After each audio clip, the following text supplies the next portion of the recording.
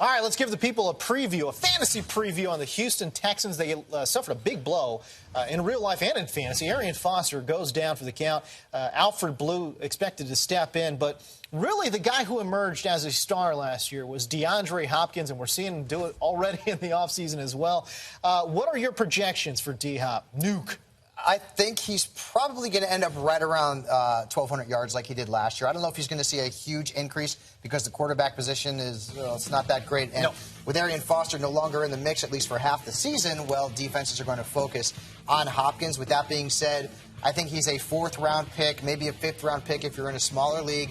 Just a ton of talent. But again, there are question marks there in Houston that hurt his value just a little bit. You know, not a lot of touchdowns. 6 touchdowns, pretty good, but not great. Does he get to closer to double digits? I think he can. I mean, I think you can get him around 8 or 9 touchdowns this year. And he's their bona fide #1 receiver. I mean, if he didn't take that over from Andre Johnson last year, he certainly has taken it over this year. So he's a guy I do like. I think he is certainly, an 1,100-yard receiver this year. You know about that, James. Marshall, 1,100. So I think he does that. I think he gets, I said 8 or 9 touchdowns. He's a solid wide receiver 1, low end there. I might do March at 1,300 with D-Hop this Look year. out. Probably not. Okay, but Adam Ranka is Alfred Blue, your boy.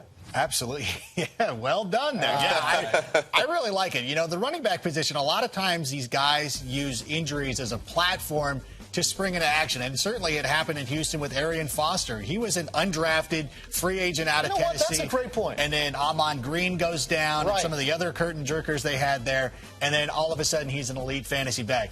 Alfred Blue has that opportunity now, playing in a pretty good system.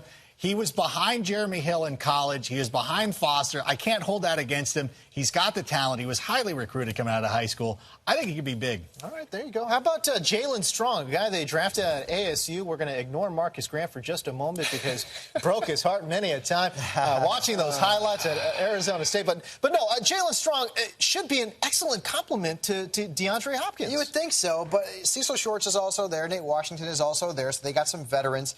And I know a lot of rookie wide receivers were great last year, but that was sort of the outlier. That was sort of the exception to the rule. So I don't think Strong is draftable unless you're in a deeper league. Obviously, he's going to be drafted in dynasty leagues, but not a great quarterback situation and some competition there behind Hopkins. So I think this is a wait-and-see year for Jalen Strong. Marcus, I know it's going to hurt you, but talk to me about Jalen Strong. Do you like a sleeper potential here? I liked him a whole lot more until you started hearing the reports coming out of camp, him being banged up, him just getting a really slow start. I think had he gotten a better start in camp, I'd like him a little bit more. All right, so there you go. That's going to do it for our Texans fantasy preview. Be sure to sign up for the game right now for free, NFL.com/fantasy.